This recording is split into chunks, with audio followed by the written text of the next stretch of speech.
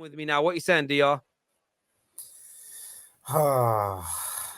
Chelsea fans, we need to survive relegation. We need to just this is relegation form. I have never in my life seen this type of form in my life. This is terrible. Right. I back my players. I love my club. I love everything about them. But hey man, Conor Gallagher, you have to leave. You have to leave, man. I think Crystal Palace, you could have stayed there. You can't do Cruyff turns on the edge of the box and then lose the ball. Lose the ball. And let's give them a character. You can't do Cruyff turns on the edge of the box and lose the ball. I've never seen that ever in my life. That is terrible. Fofana, I didn't even think he would play for us. I didn't even know. I didn't even notice that he has to start for the Premier League. So I think he'll be decent. Mason Mount. Listen, I defend you, but this is just that was woeful. Like I remember the redneck guy. He said the passage of play. You could say I can see what Potter's trying to do. He wants to play this sort of like expansive sort of football where we do quick one touch, two touch football, and then there's an overload and an extra man on the touchline, and I see that a lot. But what I hate with these attacking players and what we need badly is a creative midfielder. This is what Jorginho should have been, but he's so physically limited, like he's treading on water when he's running. It's embarrassing. And that's why we needed an Enzo Fernandez. Because when we got these overload situations where we got a free man on the touchline, oh my god, they just passed the ball back. I think Lewis Hall could be good for us, but if you watch obviously the BBC coverage, the guy was like, Shearer said, what Chelsea do is that we progress the ball well. We play good football. We can play outside of a press, but we just get stuck because we have no creative, positive, brave, and good players that can play through balls into each other. Mate, I say that all the time. You're spot on. You know, you moved the ball. I was watching the game with Jess, and it's like Chelsea's better footballers are at the back. The deeper you go, the better the technical ability, generally speaking, of your players is. And that is a problem here. And I think the issue that Potter's got is that he isn't the type of person that's going to yield on his style of play, which David pointed out, I think, brilliantly. And that's where the problem lies. So it's a case of fix that issue, and maybe you fix a lot more of these problems. DR, great call, my friend. Thanks for coming on and having your say. Top man. Thank you. Don's with us now. What are you saying, Don?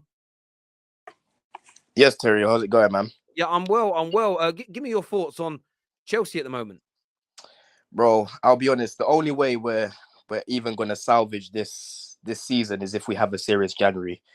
I've said it week after week. I've said it for a while now to all my boys who support United, Arsenal. This team's not good enough. Oh, but come on, you guys spent 300 million. When I asked them, okay, what players would you take from Chelsea to start in your 11? They can only tell me Silva and Reece James. So this is my point here. Like, we need a whole revamp. There's so many things that's going on right now. We've nearly got to start in 11 that are injured pretty much. Everyone's got to take this into account. I know Graham Potter tactically hasn't been the greatest in certain games, but at the same time, he's working with hardly anything at the moment. So it's pretty difficult to judge him at the moment, I'll be honest. Listen, I understand where you're coming from. And this super chat here says Newcastle United, Arsenal and City, good midfields. Chelsea, Paul, Spurs, bad. Notice the trend this year. And there isn't. We've had Monstar on the show that spoke about the lack of quality in the midfield at Chelsea. But equally, I hear your pain when people say, well, you spent 300 million, so you should be good. And it's what always annoys me as a United fan when people say, well, you spent loads of money, you got nothing to complain about. I'm like, bruv, for me, having money and wasting it is worse than not having it. Exactly. Like because it feels like it slipped through your fingers. Like, what would you rather be? Never be a millionaire or be a millionaire and live that life and then become broke? I know I would rather never be the millionaire than experience it and then lose it. And that's that's how Chelsea fans will feel right now. It will be that sense of we spent that money, we trusted the club was doing the right thing and they didn't. But equally, you suddenly throw two brilliant midfielders into this team. You throw Enzo and Declan Rice into your middle. Completely different. And you sign a Vlahovic up front as an example. I'm not saying you'll win the league next year. Yeah. But that's how quickly you could turn this round. And that's why I'm saying to people, I don't think people should go over the top. That's what I'm seeing a lot. Sorry, carry on. Go on, man. No, you're cool, mate. You say it. Yeah, that's one thing I'm seeing on social media, on Twitter. A lot of the comments on the chat as well. People are going over the top because it doesn't matter who comes in, even if we get a few good results with a top manager. And realistically, when I think of it now, who's really out there? I mean, Enrique. Really? Do you think he's going to get much out of this squad? He might get a few games out of them, but it'll be the same thing again, and the players would have won again. We haven't been sustainable for a while, hence why we haven't competed for the league since 2017. I'm looking at it more long term. Obviously, I want us to still try to get top 4. I don't see that happening at all with this current squad and all the injuries. But again, if we have a solid January, blow everyone out of the water, even if we've got to pay over the odds at the moment, and further on, maybe season 1 or 2, next season, and we're not spending as much. I think at the moment we've got to pay whatever. We've got to get Enzo done.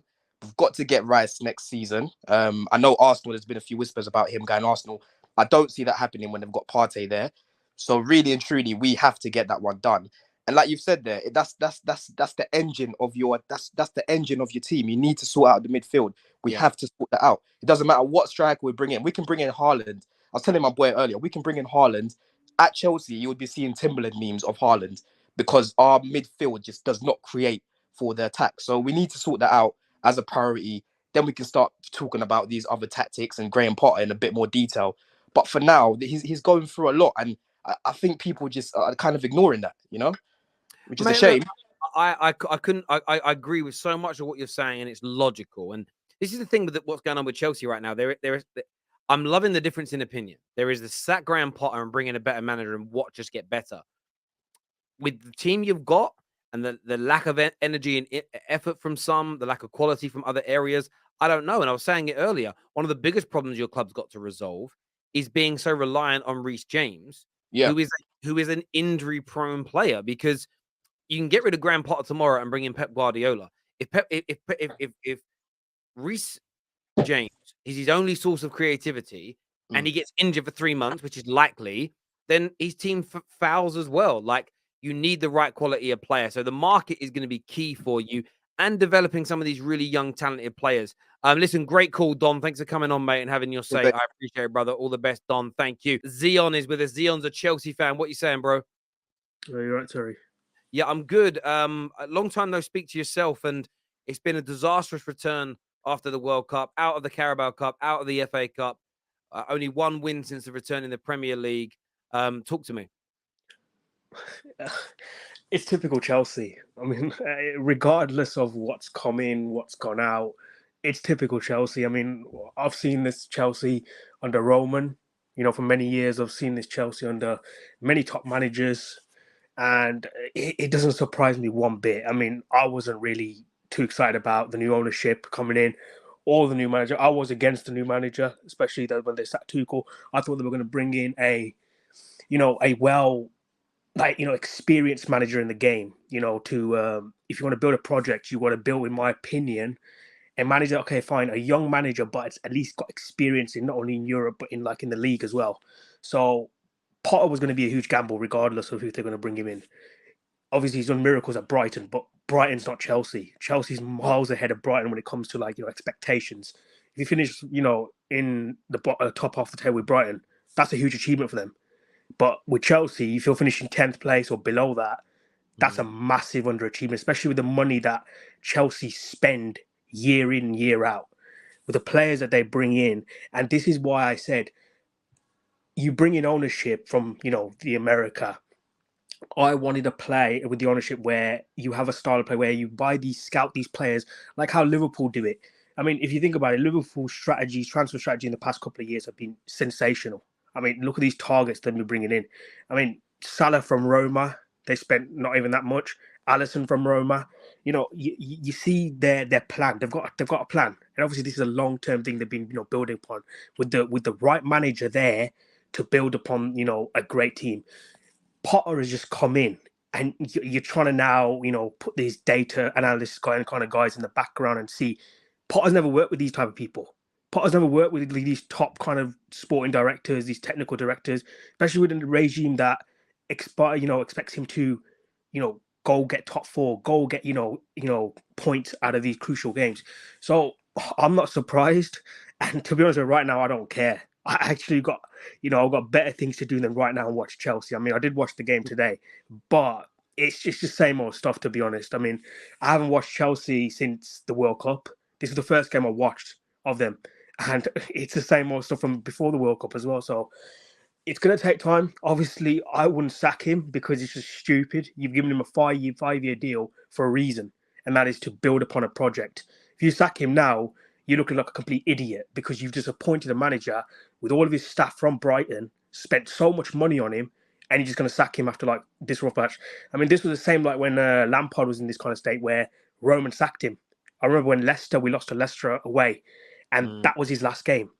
And I said I wanted, a ownership where you trust in the process and you just go ahead with a long-term, project.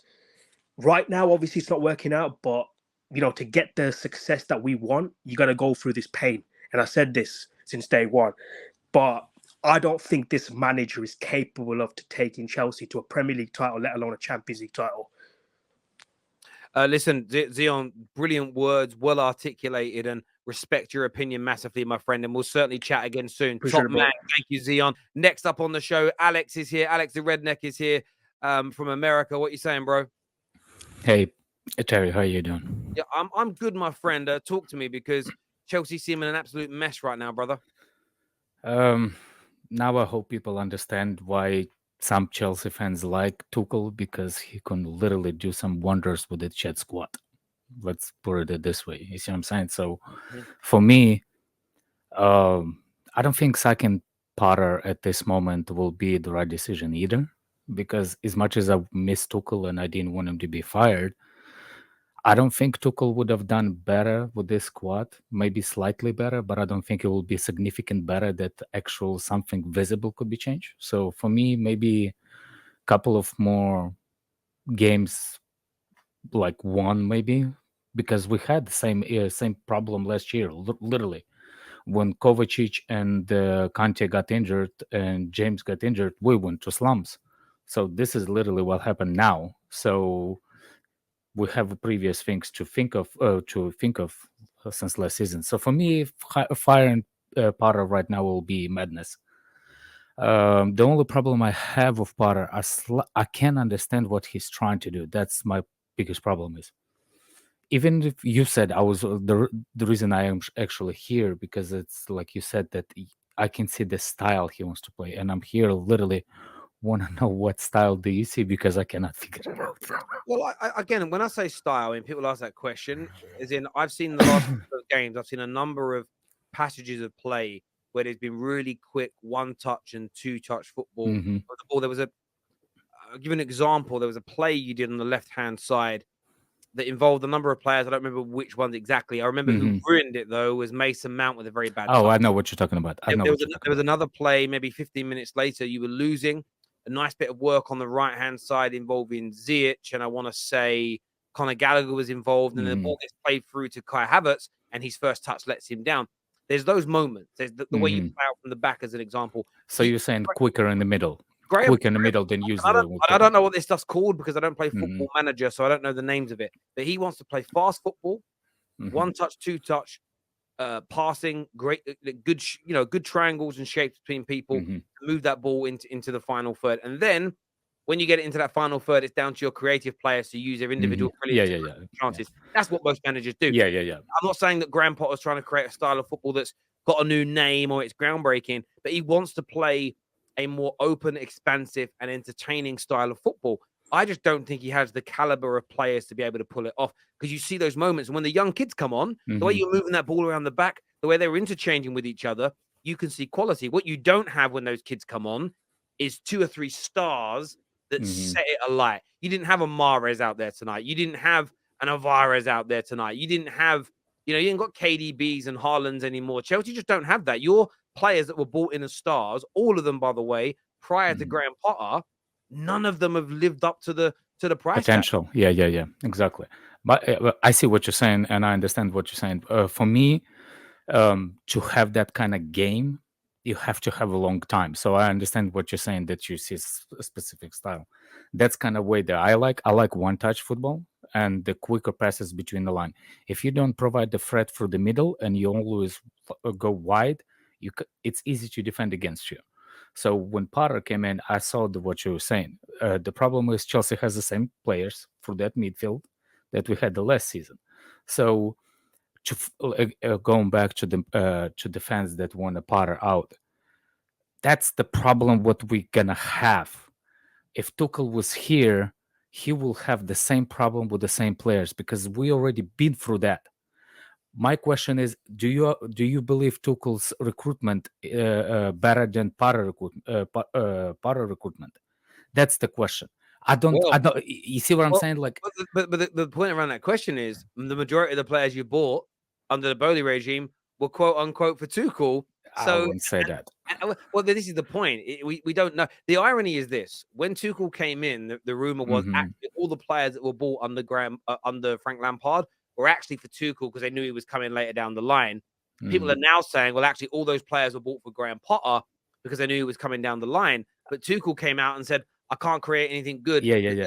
Players. Well, he wouldn't be saying that about players that he wanted. So this is the mistake that the Todd Bowley group made is they kept Graham Potter, they kept Tuchel in charge when I don't think they really wanted his style of football. That's my point. They were buying. That's been their biggest mistake. If Potter had the whole summer, the whole preseason, maybe things would look a little bit different. Alex, listen, my bro, I appreciate you coming on and having your say. Top man. By the way, one quote: Modric is not linked to Chelsea. They're using Chelsea to get all the money for him. Well, I'm telling you that that's a lie. Chelsea not interested in him. There's Shakhtar more interested in selling for that money than actual Chelsea more interested. They want the price to be stable. We will see. We will see. Take care, Alex. All the best, mate. Thank you very much.